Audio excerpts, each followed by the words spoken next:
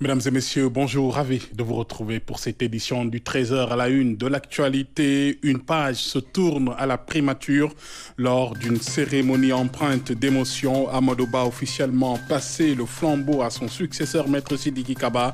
Cette passation marque le début d'une nouvelle ère sous le signe de la continuité et de l'ambition pour le gouvernement.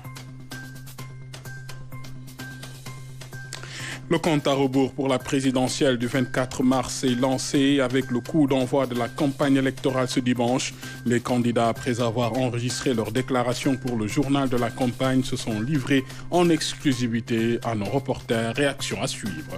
Une nouvelle page s'ouvre pour l'éducation supérieure au Sénégal. L'Université Assane Seck de Ziguinchor inaugure son deuxième campus niché au cœur de la région de Kolda. Ce nouveau bastion du savoir va accueillir plus de 400 étudiants répartis dans 4 filières dynamiques. La rubrique environnement nous amène à Toubab Dialaw à la découverte de la ferme des 4 chemins, un joyau d'agroécologie sur la Petite Côte.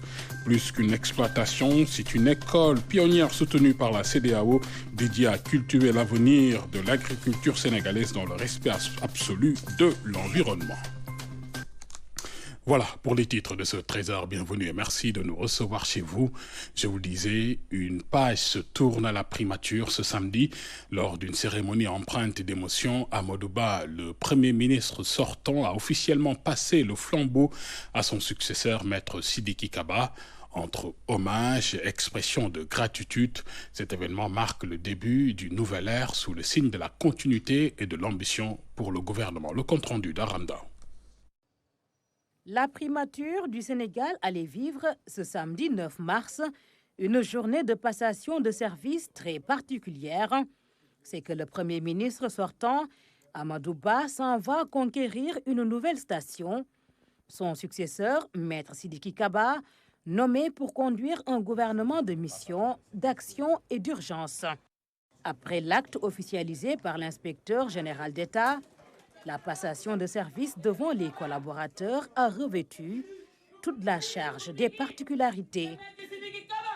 Je souhaite ici exprimer mes profonds remerciements et ma profonde gratitude envers son Excellence M. Macky Sall, président de la République, pour la confiance qu'il m'a témoignée en me confiant le poste de Premier ministre.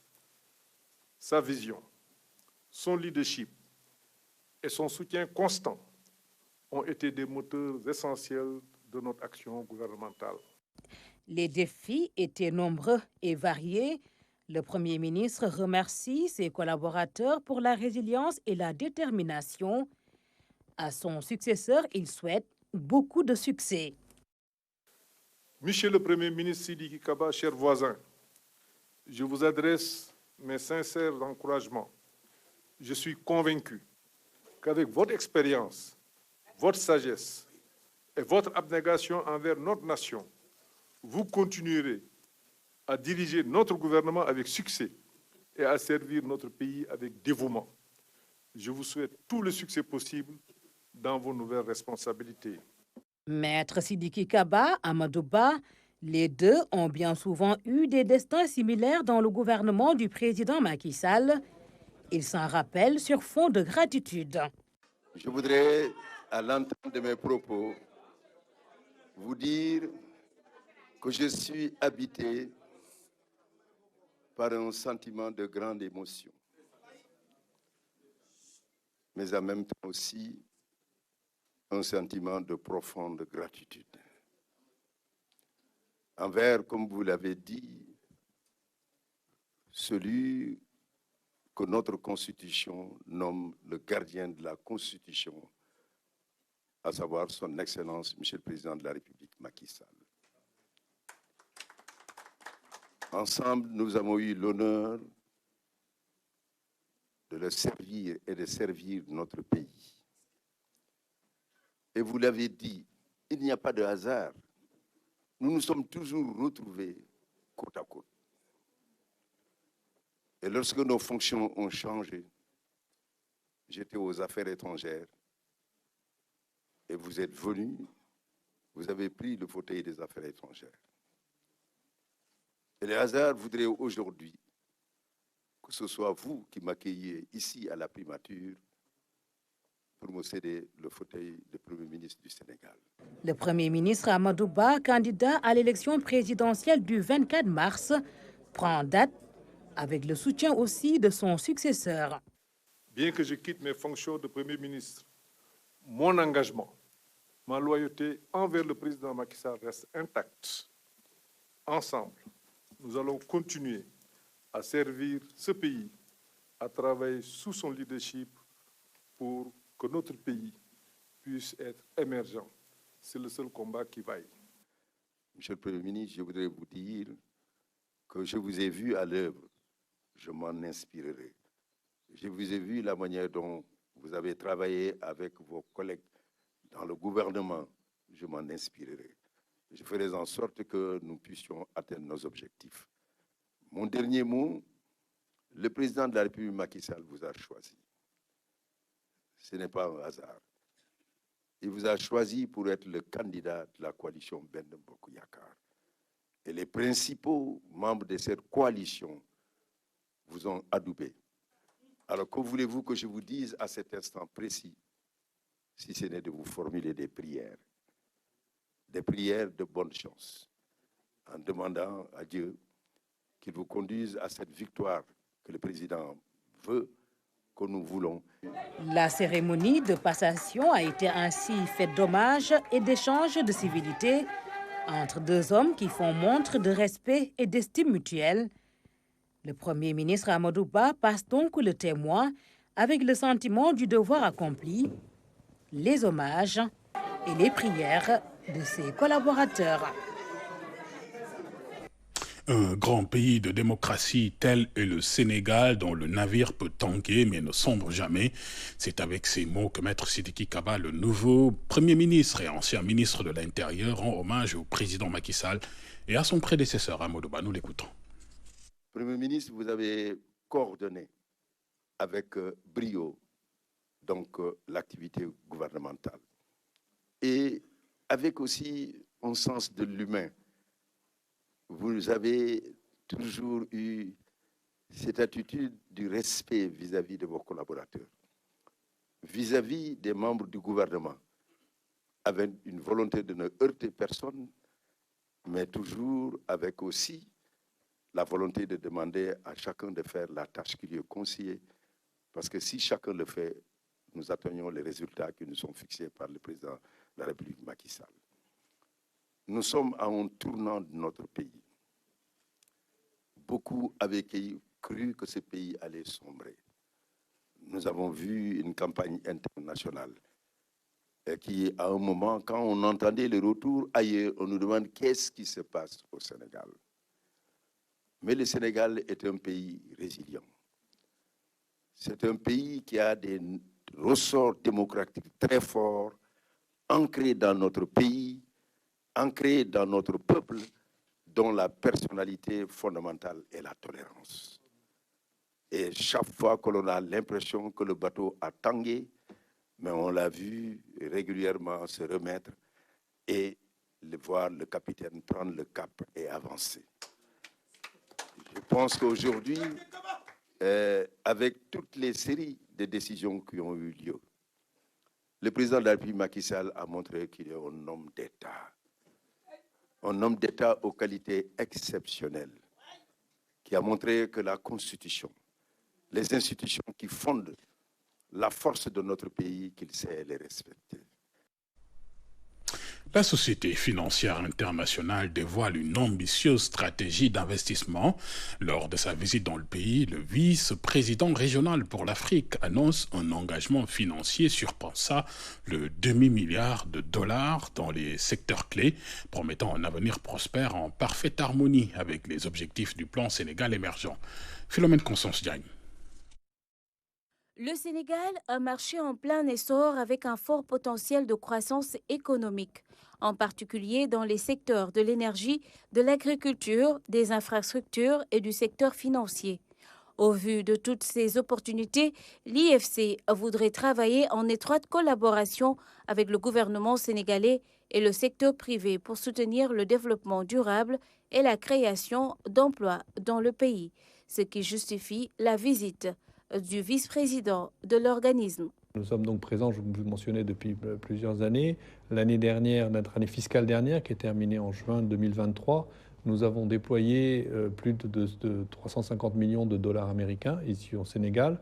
Et cette année fiscale qui va se terminer en juin 2024, nous comptons déployer plus d'un demi-milliard de dollars américains, donc des montants importants, des montants qui sont en croissance, dans des secteurs que je mentionnais plus tôt, que ce soit l'agroalimentaire, les infrastructures, le soutien aux institutions financières, les PME, PMI, la santé, etc. Nous voulons avoir un portefeuille qui est diversifié, qui contribue au développement de cette économie, et nous sommes là pour ça. Comme dans tout pays qui se veut émergent, les défis à relever pour les investisseurs sont nombreux. Certains pourraient inclure un environnement réglementaire complexe, des contraintes d'infrastructure, des lacunes dans les compétences techniques et la gouvernance, ainsi que des risques politiques et économiques. Les défis pour les entreprises sénégalaises sont des défis qui sont à la fois liés à une situation mondiale qui aujourd'hui est quand même, on vit dans un monde avec beaucoup plus d'incertitudes que par le passé. Ce que je vois, c'est que les entreprises sénégalaises ont une résilience très forte et elles sont capables de développer, se transformer. J'ai entendu ce mot souvent d'entreprises ici au Sénégal au cours ces derniers jours, transformation. Et nous, on veut les aider à se transformer, à s'adapter, à être plus résilientes. Elles ont vraiment la capacité de le faire.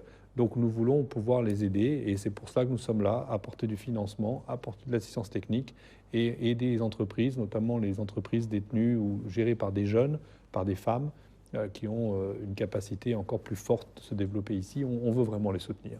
Par le biais de son réseau mondial d'investisseurs et de partenaires, l'IFC cherche également à attirer des investissements étrangers directs au Sénégal.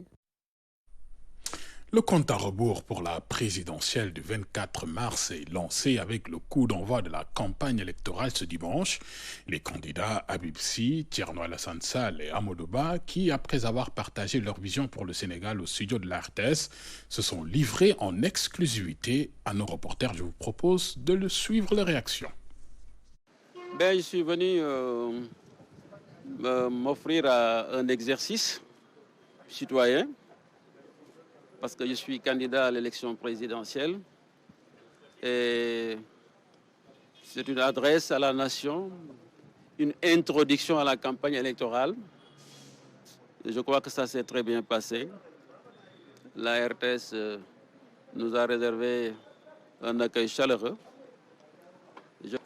Du point de vue infrastructurel, matériel, il y a beaucoup de progrès, je vous en félicite et je félicite votre directeur général. Pour moi, la presse est un facteur de développement.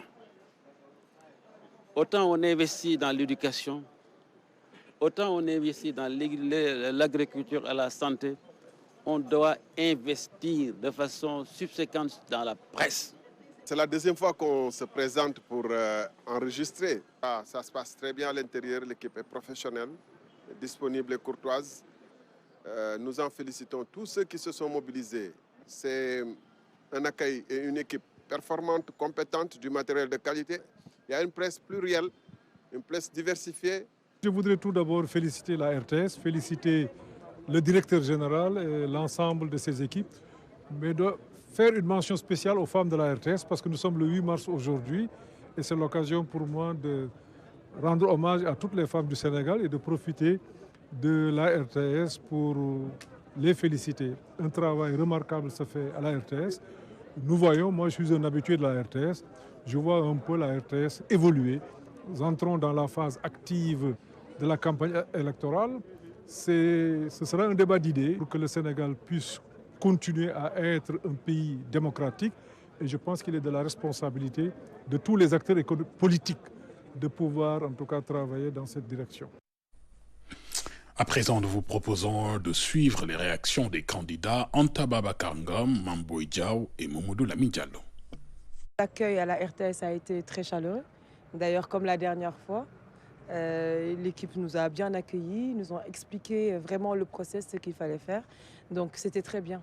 Donc le top départ est donné. À partir de dimanche, nous avons enfin rendez-vous avec le peuple sénégalais pour partager notre programme, pour échanger et aider les Sénégalais à élire un candidat, un président de la République. J'ai trouvé mon ami et frère le directeur général absent, mais je sais qu'il était occupé à la journée de la femme. Je considère que c'est à bon droit que Racine devait y être et j'étais heureux de savoir qu'il était auprès du personnel féminin de la RTS. Donc vraiment pour cette fois-ci, les choses ont été faites dans les normes comme ça a été fait jadis lors du premier enregistrement. Tout ce que nous souhaitons, c'est que vraiment cette élection se tienne dans de bonnes conditions. Il ne faut pas sous-estimer la grandeur du Sénégal. C'est notre devoir de restaurer cette grandeur parce que nous sommes un grand pays, nous sommes un grand peuple. Je suis fier d'être sénégalais. Je suis fier d'être exclusivement sénégalais. Sécurité au Sahel et dans l'espace CEDEAO, enjeux et défis pour le Sénégal. C'est le thème de la 4e édition des grandes conférences de l'École nationale d'administration. La conférence est animée par le général d'armée Mamadou Seck. Le compte-rendu de Salou Seck. Un homme du sérail pour animer cette 4e édition des grandes conférences de l'École nationale d'administration.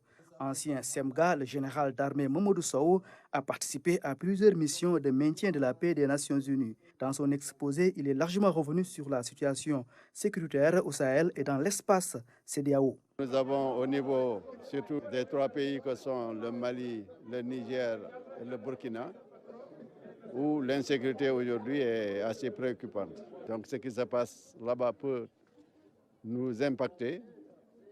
Évidemment, même si, comme je l'ai dit dans ma présentation, que le risque, aujourd'hui, il existe, mais il n'est pas prégnant. À cet exposé vient s'ajouter aux contributions des éminentes personnalités, des échanges qui ont permis de mettre en exergue les efforts de l'État du Sénégal pour anticiper les menaces et risques. La profondeur entre la zone des 3 frontières et le Sénégal est assez importante pour que quelqu'un puisse rassembler des forces importantes, traverser tout le Mali, venir taper sur le Sénégal. Comme on dit, il faut toujours anticiper, parce que la sécurité, c'est une anticipation. Et des mesures sont prises, en tout cas au niveau du Sénégal, pour nous permettre en tout cas de minimiser l'impact de cette insécurité donc, de nos voisins sur nous et sur nos frontières. Cette présente édition des grandes conférences de l'ENA a vu la participation de l'ENAWA et des élèves commissaires. Cet événement nous a permis donc de créer une synergie entre nos collègues ou bien les futurs cadres donc, de l'administration et ceux de la police. Donc on a vraiment vivement apprécié donc, cette présentation. La notion de citoyenneté qui est extrêmement importante. Vous savez, quand on parle de sécurité, ce n'est pas juste l'affaire des FDS. Il faut nécessairement que la population sénégalaise soit inclue dans ce combat-là. Ça, c'est une chose. Mais également la cohésion entre les forces, que ce soit la police, la gendarmerie, les autorités civiles. Nous sommes un et indivisibles. Donc nous avons l'obligation, en tout cas, de travailler ensemble. Et ça aussi, c'est un aspect qui, à mon avis, est extrêmement important et sur lequel nous sommes revenus de longtemps large. Cette rencontre a ainsi permis aux futurs administrateurs civils, commandants de zone et commissaires d'avoir une idée claire de la situation sécuritaire au Sahel et dans l'espace CEDEAO. En sport, la direction technique nationale a dévoilé la composition des staffs des équipes nationales. D'importants réaménagements ont été opérés, plaçant désormais les techniciens locaux aux commandes de chaque sélection. Un virage audacieux vers la valorisation de l'expertise locale dans le sport. Ibrahim Mboup. L'équipe A, vitrine des sélections nationales, reste entre les mains d'Aliou Cissé. Pape Thiaw est l'un de ses adjoints. Il va cumuler ce poste avec l'équipe des moins de 23 ans. La sélection locale est confiée à Souleymane Diallo. Les U20 ont un nouvel entraîneur en la personne de Serigne Saliou Dia. Pape Ibrahima Faye hérite des U17. Ousmane Diop est nommé coach des moins de 15 ans. L'équipe de futsal sera managée par Al-Ousseynou Sène. Mohamed Gandour fait partie de ses adjoints. Pour le beach soccer, le poste est à pourvoir. Mamadou Diallo partira certainement. Les sélections nationales féminines connaissent aussi leur staff. Mamoussa Cissé reste le coach des Lions. Mbayang Thiam continue l'aventure avec les U20. Serena Lena Gomis s'occupera des U17. Walimata Sey aura en charge les U15 et le futsal. Place maintenant à l'actualité de nos régions et c'est juste après ça.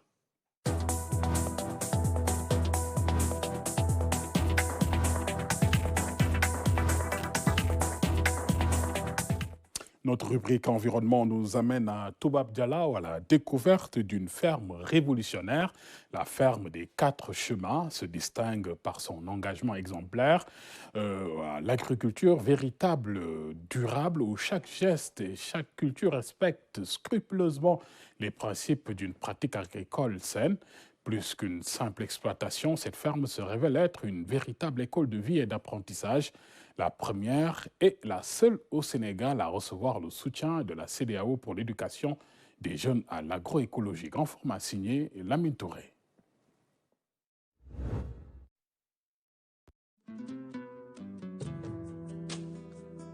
On n'a pas le droit d'être pauvre au Sénégal. Pour nous, la pauvreté, c'est un état d'esprit.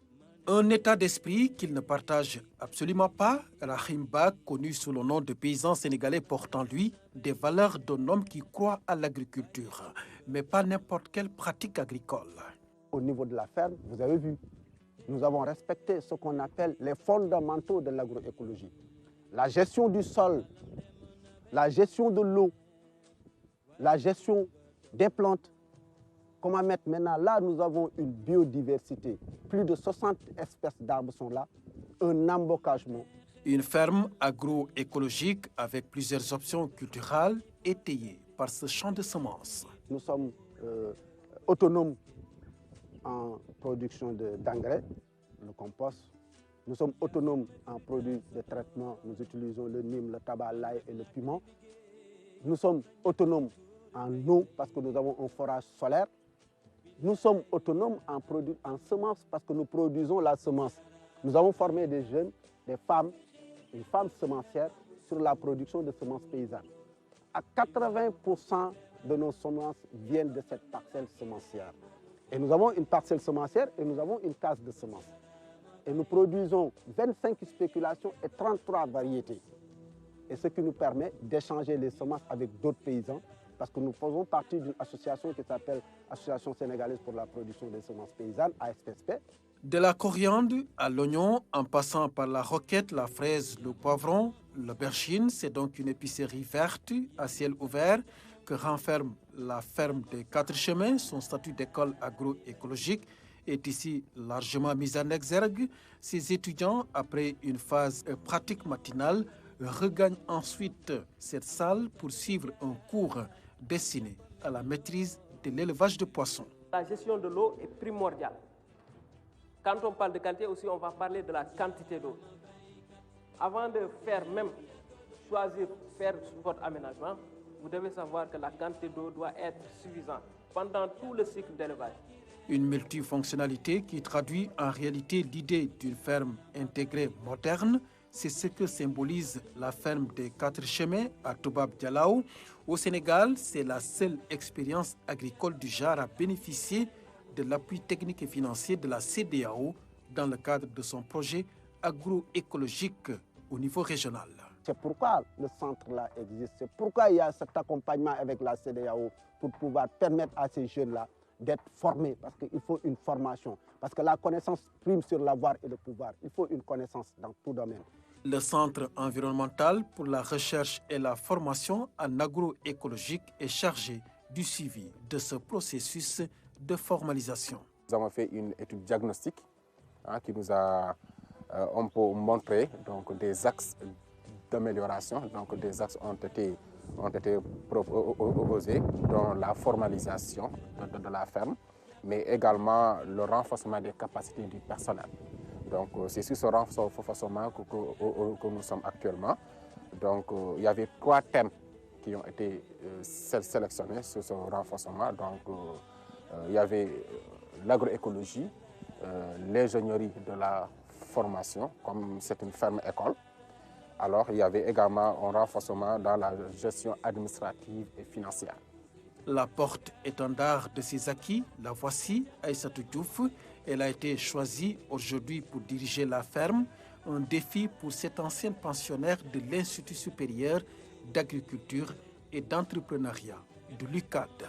Je dis alhamdulillah, mais c'est une fierté d'une part et en plus c'est un sacerdoce. Quand je le dis, c'est parce que j'ai une histoire avec la ferme. Donc depuis, j'ai cherché un stage un peu partout parce que ce n'était pas un sujet qui est fréquent au Sénégal. S'ouvre pour l'éducation supérieure au Sénégal, l'Université Assane Seck de Ziguinchor étend ses horizons avec l'inauguration de son tout nouveau campus dans la région de Kolda. Désormais, plus de 400 étudiants auront l'opportunité de poursuivre leur études dans 4 filières innovantes. La cérémonie du premier amphithéâtre de l'année académique a été marquée par la présence du ministre de l'Enseignement supérieur. À Ziguinchor, nous retrouvons Michel Méné. C'est dans l'amphi de l'espace numérique ouvert de Kolda qu'a eu lieu la cérémonie de la première rentrée académique du centre universitaire de Kolda. Une journée mémorable qui marque l'ouverture officielle du deuxième campus de l'université Assane Seck de Ziguinchor.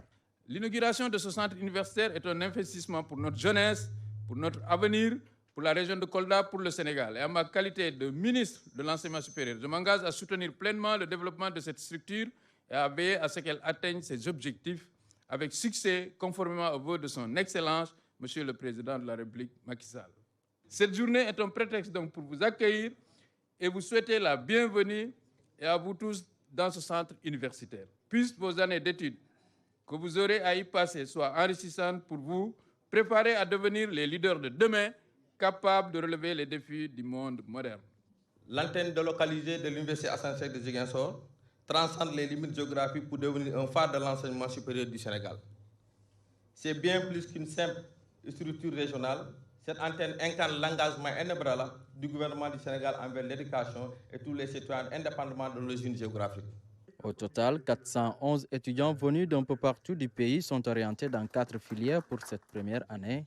Des filières qui sont liées à l'agriculture, la santé et à la gestion publique. Pour répondre aux besoins du pays et de la sous-région, des disciplines telles que l'agroforesterie, la géographie, les sciences paramédicales et le management des organisations publiques seront enseignés ici, permettant ainsi aux étudiants de contribuer de manière significative au progrès économique et social du Sénégal. Ce centre sera un pont entre le savoir académique et les besoins spécifiques de la région.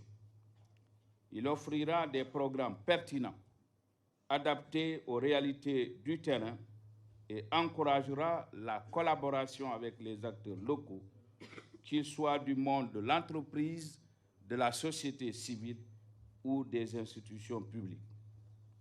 Le démarrage des cours a coïncidé avec l'ouverture du restaurant provisoire de 400 places réalisé par des entrepreneurs locaux. Pour les opérateurs économiques, c'est une belle opportunité pour la région. Aujourd'hui, avec l'ouverture de cette antenne universitaire à Kolda, c'est une autre plus qui va être ajouté sur l'économie de Kolda. Vous allez voir, ça va vraiment faire bouger l'économie, ça va vraiment accompagner le monde immobilier, le monde de la restauration, mais et toute activité connexe qui tourne autour des étudiants. Donc aujourd'hui, la présence des étudiants à Kolda va vraiment changer la phase de Kolda, mais l'économie même de Kolda, et on commence vraiment à le constater. Les collectivités mesurent toute l'importance de cette institution, ce qu'elle peut apporter au développement de la région. Raison pour laquelle l'engagement que nous avons est sans faille, parce que pour nous, le véritable développement de la région de Kolda démarre à partir d'aujourd'hui. Raison pour laquelle donc tous ceux qui sont dans cette salle et tous les acteurs qui ont participé à l'atteinte de ces résultats, nous les remercions, nous prions également pour eux. En attendant l'achèvement des travaux de construction des infrastructures pédagogiques, des logements et du restaurant, les études vont se poursuivre à l'ENO, au CRFPE et à la Maison de l'Outil. Avec l'ENO et le centre universitaire de Kolda, la ville de Kolda va accueillir plus de 4000 étudiants. Face à l'avancée alarmante de la dégradation des terres qui menace les 2/3 du Sénégal, une lueur d'espoir émerge à Matam, région particulièrement éprouvée.